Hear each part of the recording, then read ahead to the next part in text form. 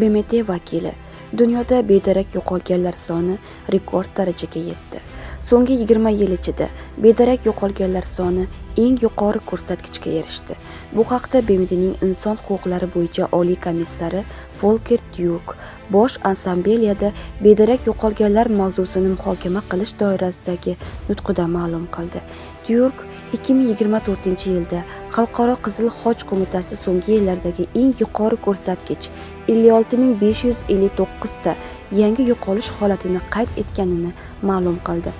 So'nggi 45 yil ichida majburiy va g'ayri-ixtiyoriy yo'qolishlar bo'yicha ishchi guruh 115 ta davlatda 62 mingdan ortiq majburiy yo'qolish holatlarini aniqladi.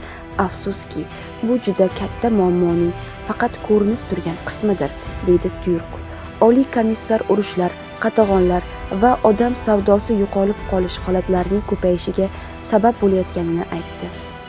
Türk bedarak yo'qolganlarning oilalari ko'p yillar davomida izlanishlar olib borgani va ularga bosim o'tkazilayotganiga e'tibor qaratib, davlatlarni inson huquqlari bo'yicha xalqaro majburiyatlarini bajarishga chaqirdi. Shuningdek, adolat va javobgarlik masalasining muhimligini ta'kidlab, davlatlar bedarak yo'qolganlarning taqdirini tekshirish va mas'ul shaxslarni odil sudlovga tortish choralarini ko'rishi kerakligini qo'shimcha qildi.